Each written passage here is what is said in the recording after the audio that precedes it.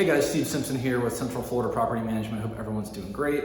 I wanted to chat real quick about a question I get asked frequently from people that are investing in other states that are first time investing in Florida. And that is, what are the legal limits on security deposits that I am allowed to require by a tenant or for a tenant? Good news, there are none. So the state of Florida does not have any laws restricting how much of a deposit you can charge somebody. I think some other states have, no more than 1 month's rent, 2 months rent, something like that. Florida does not have that.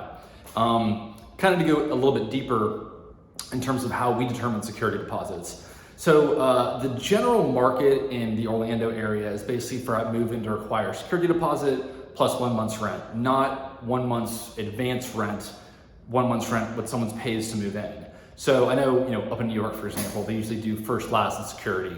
Around here, they usually just do first month's rent and security deposit. How much is a deposit?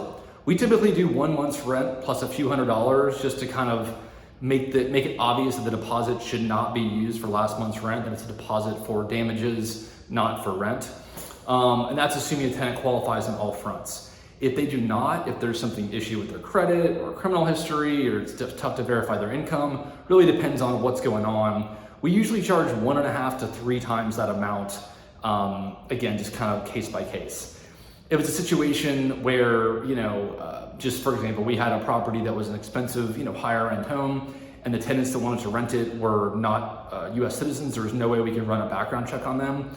We asked them to pay a 6-month deposit, and they did. So we try to, act consistently, but also act within a reason, keeping in mind, the risk that the person presents given the data we know about them, while also trying to, shall we say, consider that, we're trying to rent the property, right? So if we require a 6-month deposit for every property, no one's gonna rent our properties because most people don't wanna pay that, and they can go next door and not pay that. So you have to find that balance of, properly assessing the risk of the individual or the persons you're renting to, and having the deposit align with that while also keeping in consideration market conditions. So I know it's kind of a random post or random video about starting with the deposit in terms of legal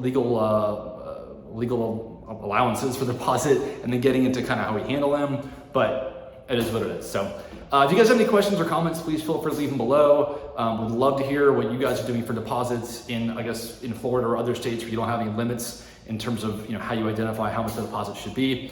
If you guys want to talk shop, give our office a call, 407-429-4834. Hope you guys are doing well. Thanks.